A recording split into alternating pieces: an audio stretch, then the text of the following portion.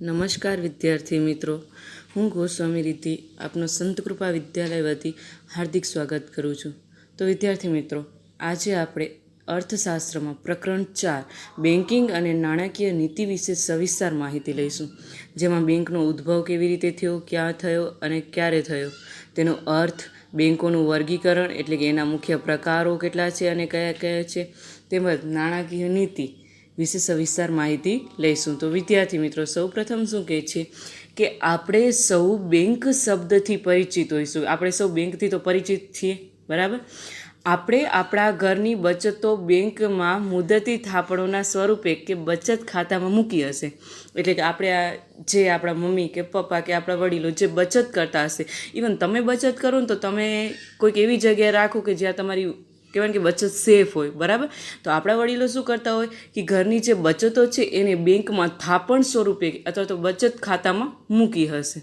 આપણામાંના કેટલાક વિદ્યાર્થીઓના વડીલોએ ધંધાની લેવડ દેવડ માટે બેંકમાં ખાતું ખોલાવ્યું હશે. મોસ્ટ ઓફ જેટલા વિદ્યાર્થીઓ છો, દરેકના વડીલોએ બેંકમાં કહેવાય કે લેવડ દેવડ માટે ખાતું ખોલાવેલું જ હશે ધંધાના. તો કેટલાક વાલીઓ રાંધણ ગેસની સબસિડી બેંકના ખાતામાં મેળવતા હશે. આપણે રાંધણ ગેસ એટલે આપણું જે ગેસ છે ને, સિલિન્ડર, એ જે આપણે આવે છે ને એની સબસિડી મળે છે. તો એની સબસિડી માટે પણ બેંકમાં એકાઉન્ટ હોવું જોઈએ. તો એના માટે પણ આપણે બેંકમાં ખાતું ખોલાવેલું જ હોય છે. વળી આપણે સ્કૂલની ફી બેંકના ચેક દ્વારા ભરી હશે. તો ઘરમાં ટીવી, રેફ્રિજરેટર વગેરે જેવી વસ્તુઓ ખરીદવા બેંકમાંથી નાણાં ઉપાડ્યા હશે. તમે અત્યારે સ્કૂલની ફી ભરો છો ને, બરાબર. કેટલાક લોકો ચેકથી ભરતા હશે, કેટલાક લોકો સ્માર્ટ કાર્ડથી ભરતા હશે. તો એ બધી બેન્કિંગ સુવિધાઓ થઈ, એ તમે બેંક દ્વારા એનો વ્યવહાર કરો છો, બરાબર. તો કેટલાક ઘરમાં ટીવી, રેફ્રિજરેટર વગેરે જેવી વસ્તુઓ ખરીદવા બેંકમાંથી નાણાં ઉપાડ્યા હશે.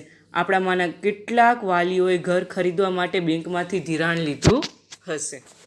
શું કહે છે વિદ્યાર્થી મિત્રો કે આપણે દરેક વસ્તુનો આજના યુગમાં, આધુનિક યુગમાં હવે તમે દરેક વસ્તુનું તમે કાંઈ બી લેવડ દેવડ કરો છો પૈસાની દ્રષ્ટિએ, તો તમે એ હવે બેંકનો ઉપયોગ કરતા થઈ ગયા છો.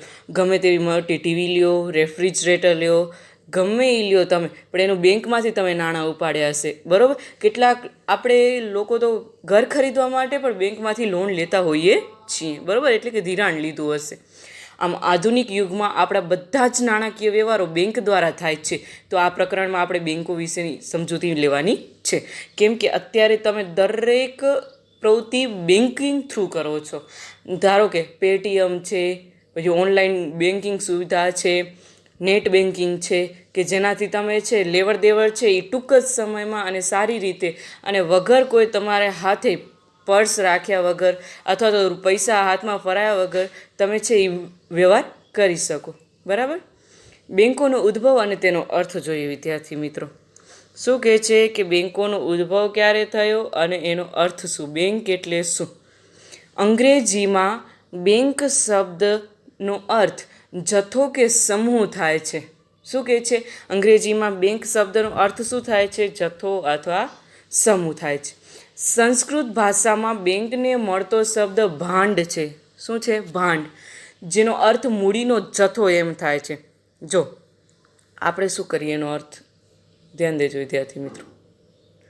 અંગ્રેજીમાં બેંક શબ્દનો અર્થ થાય છે જથ્થો કે સમૂહ. કેમ કે ત્યાં કને પૈસાનો કાં જથ્થો હોય છે, બરાબર. અને સંસ્કૃત ભાષામાં બેંકનો મળતો શબ્દ કયો તો કે ભાંડ, અને ભાંડનો અર્થ થાય છે મૂડીનો જથ્થો, એમ કહી શકાય આપણે. અને આ શબ્દ પરથી ભંડોળ શબ્દ બન્યો છે. એટલે તમે અત્યારે વાણિજ્ય વ્યવસ્થામાં ભંડોળ શબ્દ સૌથી વધુ જોવા મળતું હશે એમ. તો સંસ્કૃત ભાષાના ભાંડ શબ્દ ઉપરથી આ ભંડોળ શબ્દ ઉતરી આવ્યું છે. અંગ્રેજીમાં બેંક શબ્દ ફ્રાન્સ અને ઇટાલીના શબ્દો બેંકા અને બેંક પરથી ઉતરી આવ્યો છે.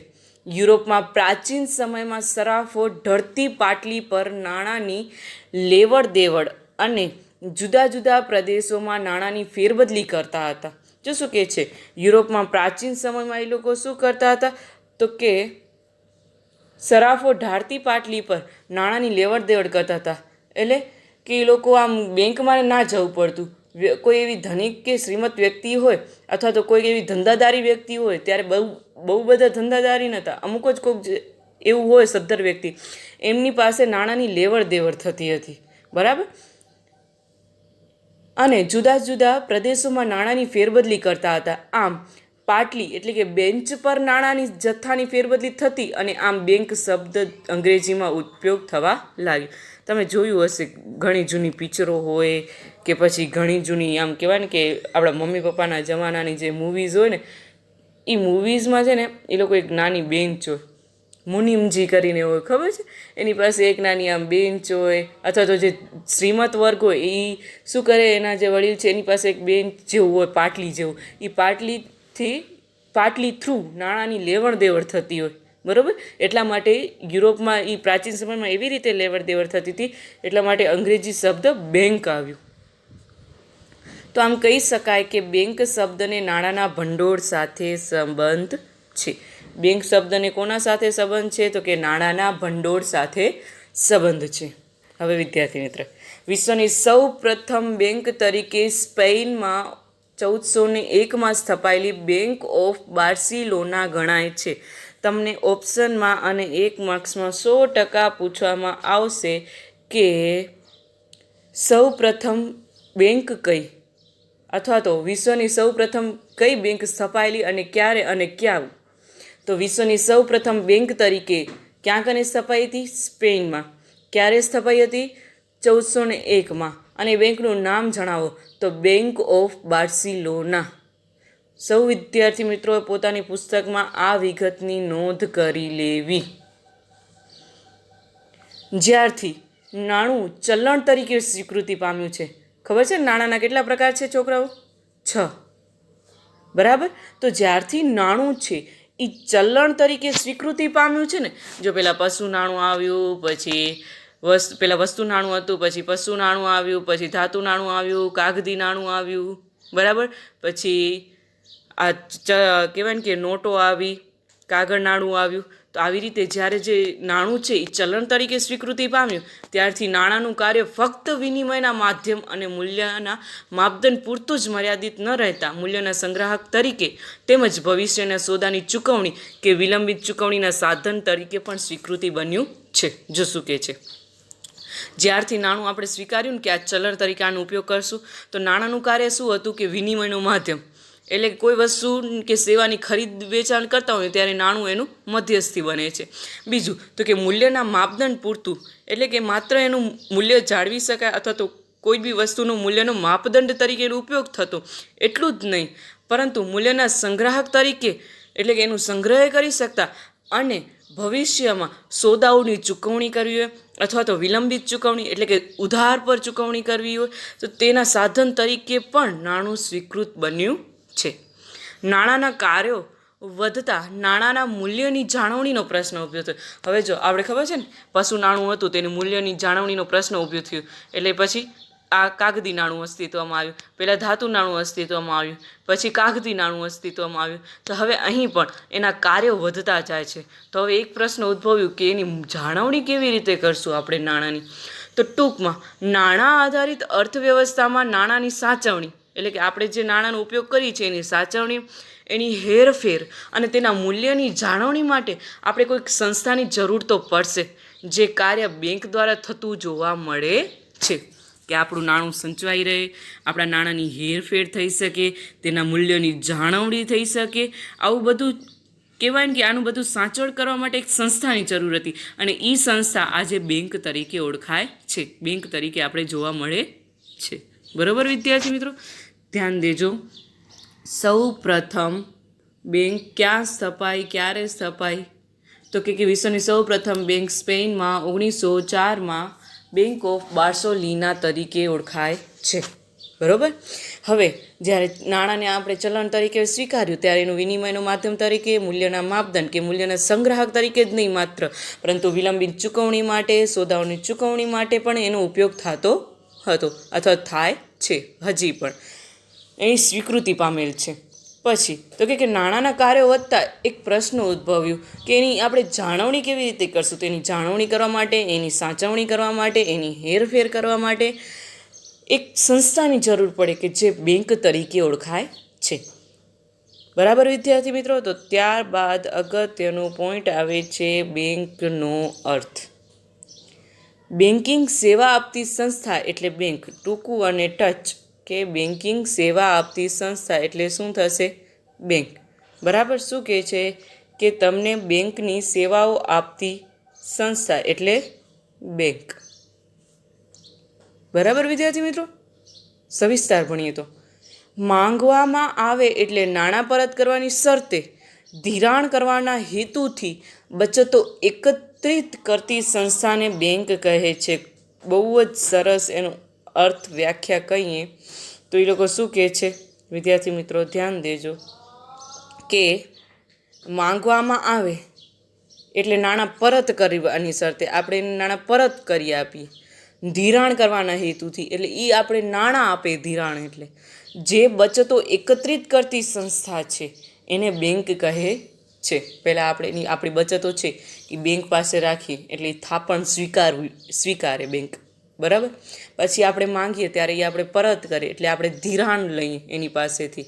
એ બચતો જે આપણે એકત્રિત કરે છે એને બેંક કહે છે. બેંક એટલે કે નફાના હેતુથી કાર્ય કરતી એવી ધંધાકીય સંસ્થા જે પ્રજાની બચતોને થાપણો તરીકે સ્વીકારે છે. જો હમણાં જ કીધું કે આપણી બચતોને થાપણ તરીકે સ્વીકારે છે. બદલામાં આપણને શું આપે છે? વ્યાજ આપે છે. તે થાપણો સાચવે છે. વળી તે થાપણોમાંથી જે લોકોને જરૂર હોય તેમને ધિરાણ આપે અને ધિરાણ સામે વ્યાજ વસૂલ કરે તથા અતિરિક્ત નાણાંનું દેશના વિકાસ માટે વિવિધ ક્ષેત્રોમાં રોકાણ પણ કરે તેને બેંક કહે છે. કે આપણી થાપણો સ્વીકારે, આપણે થાપણોના બદલે વ્યાજ આપે, પછી આપણી થાપણો સાચવે, એ થાપણોમાંથી જે લોકોને જરૂર હોય, જે લોકોએ પોતાની આમ કહેવાય ને કે પોતાની બચત બેંકને આપી હોય ને પછી એને જરૂરત હોય ત્યારે એ સામે ધિરાણ પણ આપે છે. બરાબર. તો આમ વિવિધ ક્ષેત્રોમાં એ રોકાણ પણ કરે છે દેશના, તો એને બેંક તરીકે ઓળખવામાં આવે છે. ત્યારબાદ વિદ્યાર્થી મિત્રો ટૂંકમાં અર્થતંત્રમાં બેંક દ્વારા નાણાંની હેરફેર થાય છે. અર્થતંત્રમાં શું થાય છે?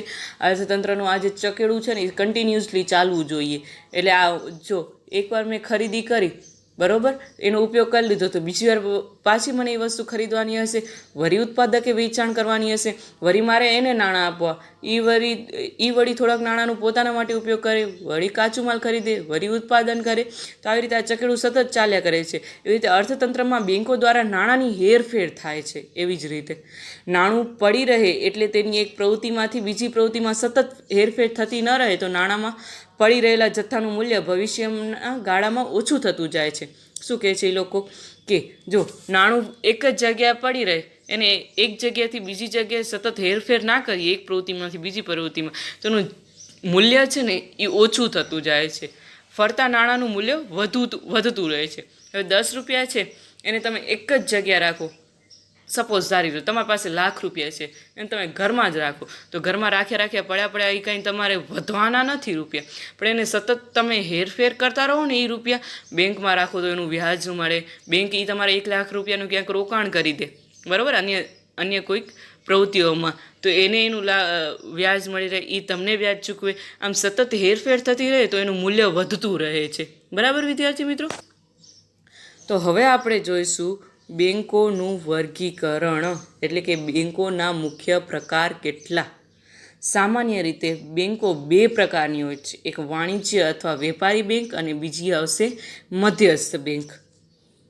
તો શું કહે છે? આપણે સૌ પ્રથમ જોઈએ કે વેપારી બેંક છે એ કેવા કાર્યો કરે છે અને વેપારી બેંક એટલે શું. બરાબર વિદ્યાર્થી મિત્રો. ભારતમાં 1949ની બેન્કિંગ કંપની ધારા મુજબ વેપારી બેંક એટલે એવી સંસ્થા જે બેન્કિંગ અંગેના વ્યવહારો કરે, એટલે કે દેશમાં રોકાણ વધારવા માટે. જો શું કહે છે 1949 બેન્કિંગની ધારા મુજબ, કંપની ધારા મુજબ વેપારી બેંક એટલે કે એવી સંસ્થા જે બેન્કિંગ અંગેના વ્યવહારો કરે છે, એટલે કે લોકોની થાપણો સ્વીકારે છે અને એ લોકોને જરૂર પડતા ધિરાણ આપે છે, એ બેન્કિંગ સેવાઓ થઈ. તેમજ દેશમાં રોકાણ વધારવા માટે પ્રજાની થાપણો સ્વીકારે, જે ગ્રાહકને જરૂર પડે ત્યારે પાછી મળે અને જેમાંથી ચેક, ડ્રાફ્ટ, પે ઓર્ડર વગેરે દ્વારા ઉપાડ થઈ શકે. બરાબર, એને વેપારી બેંક તરીકે ઓળખવામાં આવે છે. વેપારી બેંક કોને કહેવાય? તો કે એવી સંસ્થા કે જે બેન્કિંગ અંગેના વ્યવહારો કરે છે, પ્રજાની થાપણો સ્વીકારે છે અને જરૂર પડે ત્યારે એને પાછી પણ આપે છે, કે જેમાંથી તમે ચેક, ડ્રાફ્ટ, પે ઓર્ડર દ્વારા પણ તમે એની ઉપાડ કરી શકો છો. એને વેપારી બેંક કહેવાય છે. બરાબર. વેપારી બેંક ધંધાદારી એકમ છે અને નફા માટેનું કાર્ય કરે છે. વેપારી બેંક શું છે? તો એ શું કહે છે કે ધંધાદારી એકમ છે અને તે નફા માટે કાર્ય કરે છે. બરાબર. એ શેના માટે કાર્ય કરતી હોય? નફા માટે કાર્ય. પ્રજા પોતાની આવી બચતો બેંકોમાં જમા કરાવે છે, જેને બેંક થાપણોના સ્વરૂપમાં સાચવે છે અને તે થાપણો બેંક અન્ય કારોમાં રોકે છે. મેં તમને હમણાં જ કીધું ને કે નાણું હરતું ફરતું કરવું તો શું કરવું, કે તમે તમારા 1 લાખ રૂપિયા અથવા તો 10 લાખ રૂપિયા બેંકમાં મૂકો અને એ જ 10 લાખ રૂપિયા બેંક તમારે છે એ અન્ય પ્રવૃત્તિમાં મૂકે. બરાબર. અન્ય પ્રવૃત્તિમાં એને કાર્યરત કરે.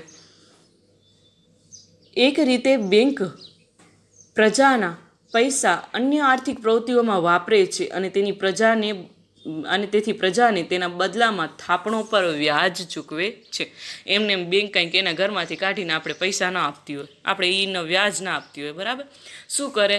તો કે તમે 10 લાખ રૂપિયા આજે, સપોઝ તમે બેંક છો, હું તમારી ગ્રાહક છું, હું મારા 10 લાખ રૂપિયા તમારી પાસે થાપણ તરીકે આપવા આવું, તમે થાપણ તરીકેનો સ્વીકાર કરો, તમે 10 લાખ રૂપિયાનો અન્ય આર્થિક પ્રવૃત્તિમાં રોકાણ કરો, એનામાંથી તમને વ્યાજ મળે, એનામાંથી તમે તમારું થોડુંક પ્રોફિટ કાઢી અને મને વ્યાજ આપો.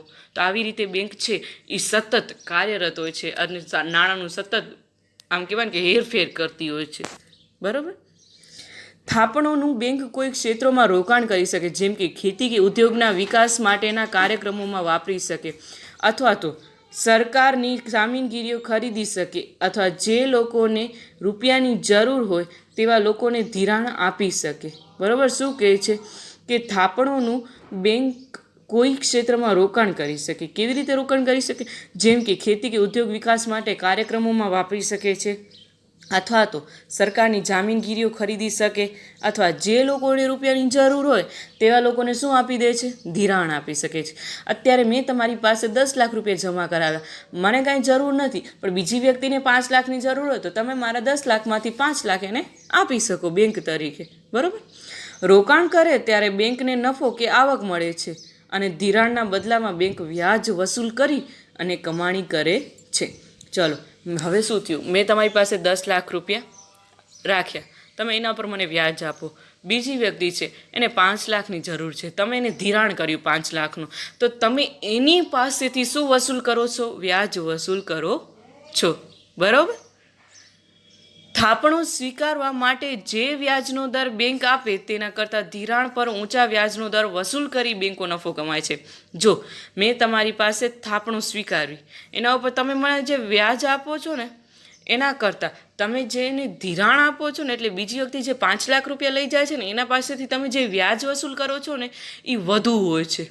એટલે બેંક એનામાંથી નફો કમાતી હોય છે. આમ બેંક ધંધાદારી સંસ્થા છે, એટલા માટે એને કહેવાય છે કે બેંક કેવી સંસ્થા છે? ધંધાદારી સંસ્થા છે. બરાબર. બીજા શબ્દોમાં બેંક નાણાંની હેરફેર કરીને નફો કમાવવા માટેનો ધંધો કરે છે, જેથી તેમને વેપારી બેંકો કહેવાય છે. એ નાણાંનું હેરફેર કરે અને નફો કમાય છે, તેથી એને કેવી સંસ્થા કહેવાય વિદ્યાર્થી મિત્રો? તો કે ધંધાદારી સંસ્થા કહેવાય. તમે અત્યારે જ જોયું કે હું જે થાપણ આપું છું, એટલે કે બેંક જે થાપણ સ્વીકારે છે એના ઉપર જે મને વ્યાજ આપે છે ને, એના કરતાં બેંક જેને રૂપિયા આપે છે ને એના પાસેથી વધુ વ્યાજ વસૂલ કરે છે. ટૂંકમાં મને તો એને ઓછું જ વ્યાજ આપવાનું રહે, એટલે વચ્ચેનું જે તફાવત રહે એ બેંકને નફા સ્વરૂપે મળે છે. સપોઝ ધારી લ્યો કે મને છે એ 5,000 રૂપિયા વ્યાજ મળે છે મારી થાપણો ઉપર. મેં થાપણ બેંક એટલે મેં 5 લાખ રૂપિયા બેંકને આપ્યા ત્યારે, તો એ બીજા 10 લાખ રૂપિયા આપ્યા ત્યારે હવે બીજાને 5 લાખની જરૂર છે, તો એની પાસેથી એ 7,000 વ્યાજ લે છે. બરાબર. અને એ 7,000 વ્યાજ બેંક રાખે છે, તો મને તો એ 5,000 જ વ્યાજ આપવાની, તો 2,000નો જે નફો થયો એ બેંક પોતાની પાસે રાખતી હોય છે. બરાબર. તો વિદ્યાર્થી મિત્રો, આ હતી વેપારી બેંકની વ્યાખ્યા. ત્યારબાદ આપણે વેપારી બેંકના કાર્યો વિશે ચર્ચા કરીશું. વેપારી બેંક છે એ કયા કયા કાર્યો કરે છે? બરાબર. તો પહેલું જ છે, વેપારી બેંકોનું મુખ્ય કાર્ય થાપણો સ્વીકારવાનું છે. પ્રજા પાસે રહેલી બચતોનો બેંક સ્વીકારે છે અને તેના થાપણ સ્વરૂપે સાચવે છે, જે આપણે હમણાં જ આગળ વાત કરી. વળી પ્રજાની બચતો પોતાની પાસે રાખે એટલે તેમજ તેને વ્યાજ ચૂકવે છે. બીજા શબ્દોમાં કહીએ તો થાપણોના સ્વરૂપે પ્રજા બેંકને ધિરાણ આપે છે, જેના બદલામાં બેંક વ્યાજ ચૂકવે છે, જેની સવિસ્તાર ચર્ચા આપણે ઉપર કરી. આ દરેક કે થાપણો સ્વીકારવી, ધિરાણ આપવું, વ્યાજ વસૂલ કરવું, વ્યાજ ચૂકવવું, બરાબર. થાપણો પણ મુખ્ય 3 પ્રકારની હોય: ચાલુ ખાતાની થાપણો, બચત ખાતાની થાપણો, ચાલુ ખાતાની થાપણો, બચત ખાતાની થાપણો, અને ત્રીજી કઈ આવશે? ચૂકવણી અને ઉપાડની સવલત પૂરી પાડવાની કામગીરી, બરોબર. ચલો, શું કહે છે કે થાપણો મુખ્યત્વે 3 પ્રકારની હોય છે. કઈ કઈ થાપણો હોય છે? જો ધ્યાન દેજો. 1, ચાલુ ખાતાની થાપણ, બીજું બચત ખાતાની થાપણ, અને ત્રીજું મુદતી થાપણો. આ મુખ્ય 3 થાપણો છે, બરાબર. પહેલાં આપણે જોઈએ ચાલુ ખાતાની થાપણો. આ ખાતું ધંધા પેઢી કે વ્યક્તિના નામે ખોલવામાં આવે છે. તમને એ ખ્યાલ હોય કે ચાલુ ખાતું કોના નામે ખોલવામાં આવે છે? કોઈ ધંધો, કોઈ પેઢી અથવા તો વ્યક્તિના નામે ખોલવામાં આવે છે. એમાં રખાતી થાપણો બધા જ પ્રકારની થાપણો કરતાં વધુ તરલ હોય છે. એટલે કે એનું કહેવાય કે ધંધા માટે દિવસમાં જેટલી વાર ઉપાડ કરવું હોય એટલી વાર એનો ઉપાડ કરી શકાય, એટલે એનામાં તરલતા વધુ હોય છે. આ ખાતેદારને ચેકબુક મળે છે, પરંતુ વ્યાજ મળતું નથી. જો આપણે ફિક્સ રાખીએ તો જ આપણે વ્યાજ મળે. ચાલુ ખાતામાં ક્યારેય વ્યાજ મળે નહીં, કારણ કે આપણે એનું આપણી જરૂરિયાત મુજબ ઉપાડ કરતા હોઈએ. આ ખાતેદારની ચેકબુક મળે છે, પરંતુ વ્યાજ મળતું નથી. ઉપરથી બેંક તેમની પાસે અમુક પ્રકારનું સર્વિસ ચાર્જ વસૂલ કરે છે, કારણ કે અમે તમારી થાપણો સ્વીકારીએ છીએ, બેંક એવું કહે. આ ખાતામાં જમા રકમ કરતાં અમે અતિરિક્ત ઉપાડ પણ ધંધા માટે કાયદા મુજબ કરી શકાય છે. જો તમે રાખી હોય 10 લાખ રૂપિયા, પણ એના કરતાં વધારે તમે ઉપાડ કરી શકો, પણ એની બેંકના કાયદા મુજબ કરી શકો, તો એને ચાલુ ખાતાની થાપણો કહેવાય છે. કે જેમાં ધંધા પેઢી કે વ્યક્તિના નામે ખોલવામાં આવે છે ખાતું, અને એનામાં બધી પ્રકારની જે પણ થાપણો રાખવામાં આવતી હોય છે એ ચાલુ હોય છે, અને એનો ઉપાડ ગમે ત્યારે ગમે એટલી વખત કરી શકાય છે. એની ચેકબુક તો મળે છે ખાતેદારને, પણ એનું વ્યાજ મળતું નથી, બરાબર. એના બદલામાં બેંક છે એની પાસેથી ચાર્જ વસૂલ કરતી હોય છે, અને એ વધારેના નાણાં પણ ઉપાડી શકે ખાતેદાર, અમુક મર્યાદા અથવા તો અમુક રૂલ્સ એન્ડ રેગ્યુલેશનને ફોલો કરીને. બીજું છે બચત ખાતાની થાપણો. આ ખાતામાં વ્યક્તિઓ પોતાની ટૂંકા ગાળાની બચતો રાખે છે. જો ધ્યાન દેજો, તમે આનામાં બહુ જ મિસ્ટેક થાય છે કે બચત ખાતાની થાપણોમાં કેવી હોય છે? ટૂંકા ગાળા માટેની બચતો રાખે છે. જ્યારે પૈસા પાછા જોઈએ ત્યારે ચેકબુક દ્વારા ઉપાડી શકે છે. વળી આવી થાપણો પર તેમને વ્યાજ મળે છે. જો બચત ખાતું છે એટલે એ થાપણો પર એને વ્યાજ મળે, એ ટૂંકા ગાળા માટે રાખે. એટલે આજના સમયમાં ડેબિટ કાર્ડ, ક્રેડિટ કાર્ડ વગેરેથી પણ બચત ખાતામાંથી ઉપાડ કરી શકાય, જેનાથી તમે બધા પરિચિત છો. આ ખાતામાંથી ઉપાડ અંગેના કાયદા દરેક બેંકને નિર્ધારિત કરેલા હોય છે. દરેક બેંકના કાયદા નક્કી કરેલા હોય છે કે જો બચત ખાતા માટે આટલા સમય માટે થાપણો આવે તો એને કેવી રીતે ઉપાડ દેવી, બરાબર. પછી છે રિકરિંગ ખાતાની સગવડ, બચત ખાતામાં જ આવે છે. આ થાપણો પણ બચત ખાતાની થાપણોનો જ એક પ્રકાર છે. બચત ખાતાની થાપણનો એક પ્રકાર રિકરિંગ ખાતાની સગવડ છે. જે વ્યક્તિઓ એકસાથે બચત કરવા ન ઈચ્છતા હોય, ચલો મારા જેવું કોઈ હોય કે એક સાથે મારે રૂપિયા નથી રાખવા, ત્યારે એ લોકો શું કરે તો કે તેવી વ્યક્તિ દર મહિને અમુક સમયગાળા દરમિયાન કોઈ ચોક્કસ રકમ આ ખાતામાં જમા કરાવતી રહે છે. આમ વ્યક્તિની થાપણ વધતી જાય છે અને જમા થયેલી થાપણ પર તેનું વ્યાજ મળતું રહે છે. આવી થાપણોને રિકરિંગ થાપણો કહે છે, બરાબર. જ્યારે કોઈ મહિનાની રકમ જમા ના કરાવાય તો જ વ્યાજના નુકસાનની સાથે ક્યારેક દંડ પણ ભરવો પડે છે. જો એનામાં એક નિયમ હોય કે તમારે એ રકમ મહિને અમુક જેટલા મહિને તમે નક્કી કરો એ મહિને તમારે જમા કરાવવી જ પડશે, અને જો તમે એ જમા ન કરાવો તો તમને દંડ નુકસાન સ્વરૂપે ભરવું પડે, બરાબર. આનામાં એવું નથી એક જોડે 10 લાખ રૂપિયા રાખો, 4 મહિને 1 લાખ રૂપિયા રાખો, 2 લાખ રૂપિયા રાખો, એ તમે તમારી સંજોગ અનુસાર રાખી શકો, બરાબર. અને એનામાં આપણે જે સમયગાળો નક્કી કર્યો એ સમયગાળા દરમિયાન વળી પાછો આપણે એ રકમ જમા પણ કરાવવાની હોય. અગર એ રકમ જમા ના કરાવી તો આપણે દંડ પણ ભરવો પડે, પછી છે મુદતી થાપણો. આ થાપણનું ત્રીજું પ્રકાર. કેવી થાપણો? તો કે મુદતી થાપણો. આ થાપણો ચોક્કસ મુદત માટે મૂકવામાં આવે છે. આ થાપણો પર બેંક સૌથી વધુ વ્યાજ ચૂકવે છે, કેમ કે તેનો સમય છે એ લાંબા ગાળાનો હોય છે. જ્યારે લાંબા ગાળા માટે વ્યક્તિ બચત કરવા ઈચ્છતી હોય ત્યારે આવી થાપણો રાખે છે અને જરૂર પડે ત્યારે અતિરિક્ત ઉપાડની સવલત એટલે કે ઓવરડ્રાફ્ટ મેળવી શકે છે. ઓડી, બરાબર? ઓવરડ્રાફ્ટ કેવી રીતે? ચલો, મને જરૂર છે તો મેં બેંકમાં 25 લાખ રૂપિયા રાખ્યા લાંબા સમયગાળા માટે, બરાબર, 5 વર્ષથી વધારે માટે. હવે 5 વર્ષ થઈ ગયા તો હવે મારે 27 લાખ રૂપિયાની જરૂર છે, તો એ મને ઓવરડ્રાફ્ટ દ્વારા 27 લાખની સુવિધા પૂરી પાડી શકે છે. બરાબર વિદ્યાર્થી મિત્રો? ત્યારબાદનું વેપારી બેંકનું બીજું પ્રકાર છે ધિરાણની સવલતો પૂરી પાડવી. શું પૂરી પાડવી? તો કે ધિરાણની સવલતો પૂરી પાડવી. પેલું હતું થાપણો સ્વીકારવી, બીજું છે ધિરાણની સવલત પૂરી પાડવી. અર્થતંત્રમાં ધંધા માટે કે અન્ય કારણો માટે રોકાણકર્તાઓને, વ્યક્તિઓને, ખેડૂતોને તથા અન્ય વર્ગના લોકોને નાણાંની જરૂર પડે ત્યારે બેંકો પાસે ધિરાણ લે છે.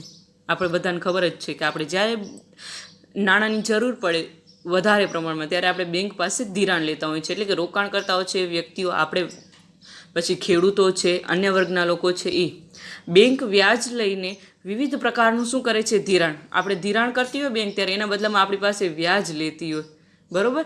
સમયના સંદર્ભમાં ધિરાણ ટૂંકા ગાળાનું હોય, મધ્યમ ગાળાનું કે લાંબા ગાળાનું હોઈ શકે. ટૂંકા ગાળામાં જો કયા શેનો સમાવેશ થાય? ધ્યાન આપજો વિદ્યાર્થી મિત્રો. ટૂંકા ગાળામાં કઈ વસ્તુઓનો એટલે કે કયા સમયગાળાનો સમાવેશ થાય? ટૂંકા ગાળાનું ધિરાણ એટલે કે 1 વર્ષ સુધીનું, મધ્યમ ગાળાનું ધિરાણ એટલે 1 થી 5 વર્ષ સુધીનું, અને લાંબા ગાળાનું ધિરાણ એટલે 5 થી 15 વર્ષ સુધીનું. પરંતુ આ પ્રમાણેનો સમય કોઈ ચોક્કસ નિર્ધારિત ગાળો નથી. એટલે કે વિવિધ પ્રવૃત્તિ અનુસાર ટૂંકો ગાળો, મધ્યમ ગાળો કે લાંબો ગાળો નક્કી થતો હોય છે. જેવી પ્રવૃત્તિ એવો એનો સમય. વળી ધિરાણના હેતુના સંદર્ભમાં ધિરાણ ખાનગી હેતુ માટે, ખેતી માટે, ધંધાકીય હેતુ માટે હોઈ શકે. ધિરાણ ગમે એ હેતુ માટે હોઈ શકે. આમ દરેક પ્રકારના ધિરાણ માટે વ્યાજનો દર પણ સમયગાળો અલગ. ધિરાણની કહેવાય ને કે ધિરાણ અલગ અલગ રીતે કરતા હોય, બેંક આપતી હોય, આપણે અલગ અલગ રીતે બેંકમાંથી નાણાં ઉપાડતા હોય, તેનો વ્યાજનો દર પણ અલગ અલગ હોય છે. ખેતી માટે અલગ, ખાનગી હેતુ માટે અલગ, ધંધાકીય હેતુ માટે અલગ, બરાબર? એટલે એનો વ્યાજનો દર અલગ હોય છે. ત્યારબાદનો ત્રીજો પ્રકાર છે ચૂકવણી અને ઉપાડની સવલત પૂરી પાડે છે. શું કરે છે? એ ચૂકવણી અને ઉપાડની સવલત પૂરી પાડે છે. બેંક ગ્રાહકોને સરળતાથી નાણાંની ચૂકવણી અને ઉપાડની સવલત વિવિધ રીતે પૂરી પાડે છે. કેવી રીતે? ઘણી રીતે. જેમ કે ચેક આપે, ઉપાડ ચિઠ્ઠી આપે, ડ્રાફ્ટ છે, પે ઓર્ડર છે, ડેબિટ કાર્ડ છે, ક્રેડિટ કાર્ડ છે. એટીએમની તો આપણે બધા ખબર જ છે. જો તમને પૂછાય છે 1 માર્ક્સમાં એટીએમનું પૂરું નામ, તો શું લખ્યું છે એટીએમનું પૂરું નામ? Automatic teller machine.